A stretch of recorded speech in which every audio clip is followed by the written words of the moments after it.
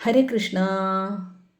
വിജയ ഏകാദശി ഭഗവാൻ മഹാവിഷ്ണുവിൻ്റെ അനുഗ്രഹം ലഭിക്കാനുള്ള ഏറ്റവും നല്ല മാർഗമാണ് ഏകാദശി വ്രതം ആചരിക്കുക എന്നത്.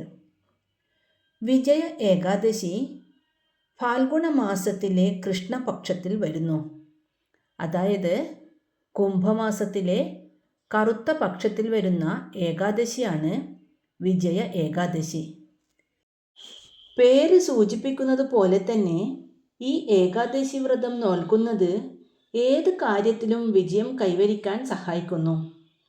മതവിശ്വാസങ്ങൾ അനുസരിച്ച് വിജയ ഏകാദശി വ്രതം ഭക്തിയോടെ അനുഷ്ഠിക്കുന്ന ഭക്തർക്ക് ജീവിതത്തിലെ എല്ലാ പോരാട്ടങ്ങളിൽ നിന്നും മോചനം ലഭിക്കുകയും ഭഗവാൻ മഹാവിഷ്ണുവിൻ്റെ പ്രത്യേക അനുഗ്രഹം ലഭിക്കുകയും ചെയ്യുന്നു. ഈ വർഷത്തെ വിജയ ഏകാദശി വരുന്നത് 2026 ഫെബ്രുവരി 13 വെള്ളിയാഴ്ചയാണ്. 2026 ഫെബ്രുവരി 12 പുലർച്ചെ 12:22 ഏകാദശി തിഥി ആരംഭിച്ച് ഫെബ്രുവരി 13 ഉച്ചയ്ക്ക് 2:55 അവസാനിക്കും. 2026 ഫെബ്രുവരി 14 രാവിലെ 7:23 9:21 ഇടയിൽ പാരണ വിജയ ഏകാദശി വ്രതം എല്ലാ പാപങ്ങളെയും നശിപ്പിക്കുന്നതായി കണക്കാക്കപ്പെടുന്നു. ഈ വ്രതം വർത്തമാന ജീവിതത്തിലെ പാപങ്ങളിൽ നിന്ന് മാത്രമല്ല, മുൻകാല ജീവിതത്തിലെ പാപങ്ങളിൽ നിന്നും മോചനം നൽകുന്നു. ഈ ഏകാദശി അനുഷ്ഠിച്ചാൽ ഭക്തന് ധർമ്മം, അർത്ഥം, കാമം, ഒടുവിൽ മോക്ഷം എന്നിവ കൈവരിക്കാൻ സഹായിക്കുന്നുവെന്ന് വേദങ്ങൾ പറയുന്നു. ജീവിതത്തിലെ തടസ്സങ്ങൾ നീങ്ങാനും ശത്രുക്കളുടെ മേൽ വിജയം നേടാനും പാപങ്ങളിൽ നിന്ന് മുക്തി ലഭിക്കാനുമാണ് ഭക്തർ ഈ വ്രതം അനുഷ്ഠിക്കുന്നത്. ഈ ഏകാദശിയുടെ ഐതിഹ്യം അഥവാ വ്രതകഥ ഇതാണ്. ഫാൽഗുണ മാസത്തിലെ കൃഷ്ണപക്ഷത്തിലെ ഏകാദശിയെക്കുറിച്ച് യുധിഷ്ഠിരൻ ഒരിക്കൽ ഭഗവാൻ ശ്രീകൃഷ്ണനോട് ചോദിച്ചു. അപ്പോൾ നാരദമുനി ബ്രഹ്മാവിനോട് ഇതേ കാര്യം ചോദിച്ചത് എങ്ങനെയെന്ന് ഭഗവാൻ കൃഷ്ണൻ വിവരിച്ചു. വിജയ ഏകാദശി ദുർഗുണങ്ങളെ ഇല്ലാതാക്കുകയും വിജയം ഉറപ്പാക്കുകയും ചെയ്യുമെന്ന് ബ്രഹ്മാവ് വിശദീകരിച്ചു. ശ്രീരാമൻ്റെ വനവാസകാലത്താണ് ഈ കഥ നടന്നത്. ശ്രീരാമനും സീതയും ലക്ഷ്മണനും പഞ്ചവടി വനത്തിൽ ആയിരിക്കുമ്പോൾ രാവണൻ സീതയെ തട്ടിക്കൊണ്ടുപോയി. ശ്രീരാമനും ലക്ഷ്മണനും സീതയെ അന്വേഷിച്ച് നടക്കുന്നതിനിടയിൽ സുഗ്രീവനുമായി സഖ്യം ചേർന്നു. പിന്നീട് വാനരന്മാർ സീതയെ അന്വേഷിച്ചു പോയപ്പോൾ രാവണൻ സീതയെ തട്ടിക്കൊണ്ടുപോയത് ലങ്കയിലേക്കാണെന്നറിഞ്ഞ് ഹനുമാൻ സമുദ്രം ചാടിക്കടന്ന് ലങ്കയിൽ പോയി സീതയെ കണ്ടു എന്ന വാർത്തയുമായി തിരിച്ചെത്തി. പക്ഷേ ലങ്ക ആക്രമിച്ച് സീതയെ വീണ്ടെടുക്കണമെങ്കിൽ രാമനും വാനര സൈന്യത്തിനും ആ പ്രക്ഷുബ്ധമായ സമുദ്രം ഒരു വലിയ തടസ്സമായിരുന്നു. അപ്പോൾ ലക്ഷ്മണൻ്റെ നിർദ്ദേശപ്രകാരം തടസ്സങ്ങൾക്ക് പരിഹാരം കാണാൻ ശ്രീരാമൻ അടുത്തുള്ള ആശ്രമത്തിൽ താമസിക്കുന്ന ഭഗദൽഭ്യ മുനിയെ ചെന്നു കണ്ടു.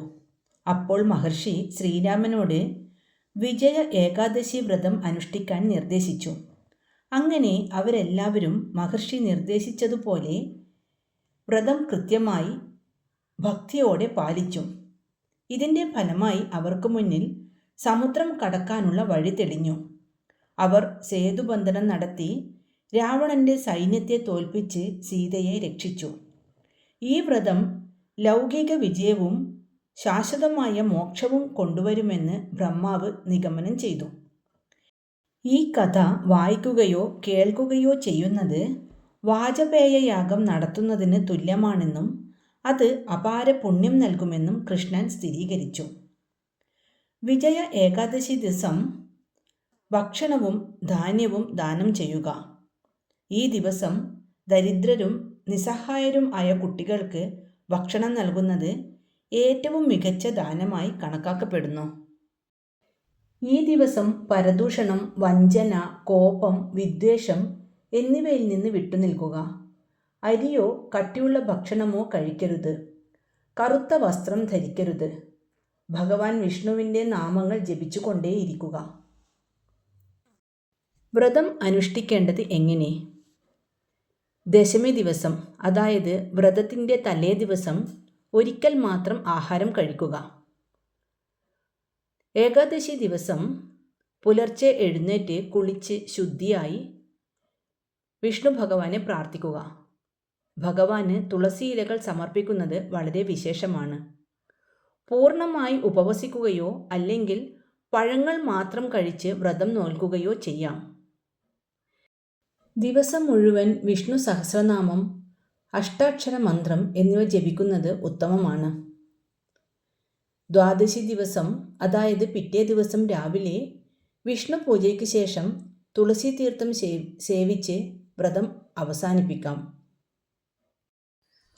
അഷ്ടാക്ഷര മന്ത്രമായ ഓം നമോ നാരായണായ, ദ്വാദശാക്ഷര മന്ത്രമായ ഓം നമോ ഭഗവതേ വാസുദേവായ, വിഷ്ണു ഗായത്രി മന്ത്രമായ ഓം നാരായണായ വിദ്മഹേ വാസുദേവായ ധീമഹി തന്നോ വിഷ്ണു പ്രചോദയാത്,